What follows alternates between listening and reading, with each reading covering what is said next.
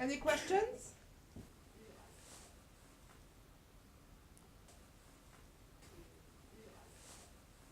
I kind of didn't understand that phenomenon of the wooden figurines, and I asked myself, what do I think about them? Do they disturb me or not? Right now I don't care, I've seen so many of them, you know. I lost my initial instincts.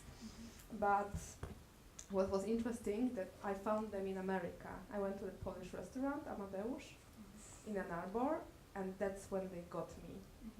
Because you don't see them for a while, and then you see them again, and they, you know, they kind of force you to ask certain questions. I started to write a draft, 6 years ago, 7 years ago?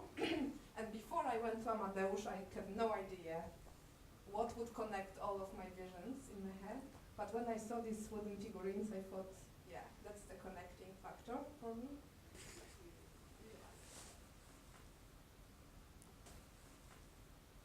I would say mid-90s, because people started to buy them as a wedding present. And nowadays, if you buy a wedding present in Poland, you buy a regular present and a small Jew attached to it. We just invented it. There are no women. We could do something about it.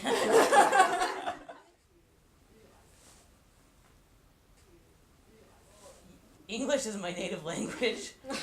I know Polish pretty well. I'm fluent in Polish, and the Yiddish I learned for the play. So she's amazing. Thank you. Vielen Dank. I figure I might as well learn Yiddish now.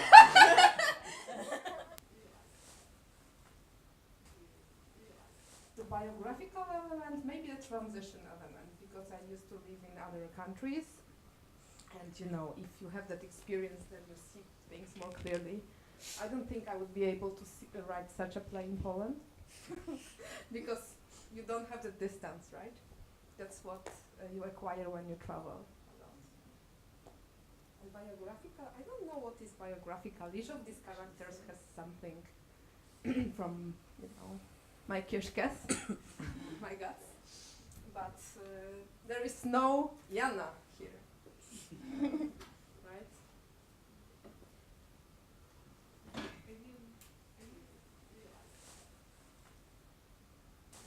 If you look closer at Anya's character, she does not change at all. Right?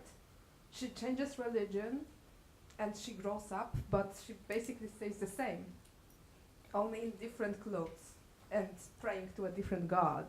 But that's basically the whole story. Tadek does not change. When the girls discover that they are not Jewish at all, they suddenly switch to Polish and fight, you know, like they fought in the first act, but with the wooden Jews instead of crosses. That's the only difference.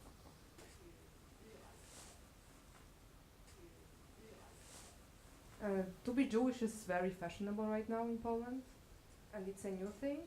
People write only about the Holocaust. So I thought, you know, if you can study this subject in academia, you might as well write something artistic. And why not the movie? Because I like things that are almost dead, like theater and TV. I like reviving stuff. But my next project is an erotica in Yiddish, an erotic movie. So if anybody is interested to be an actor, This guy. This guy knows this guy.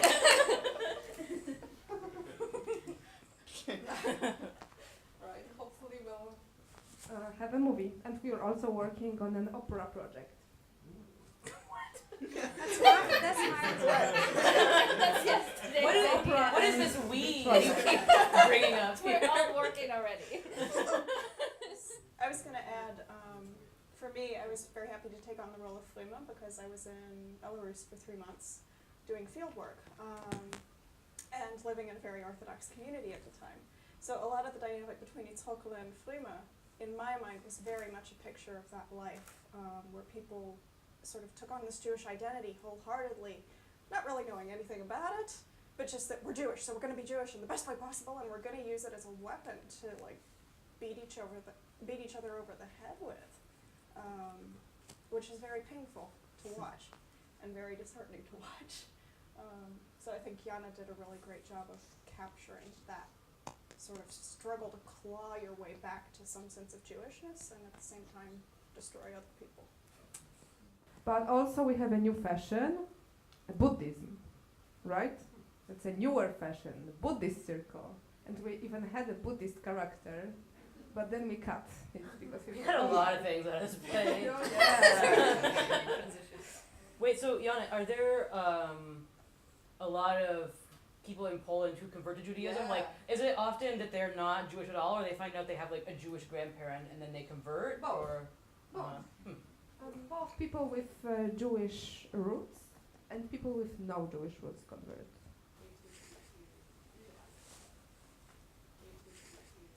Probably my hometown, but it's unrealistic. Because I'm too offensive.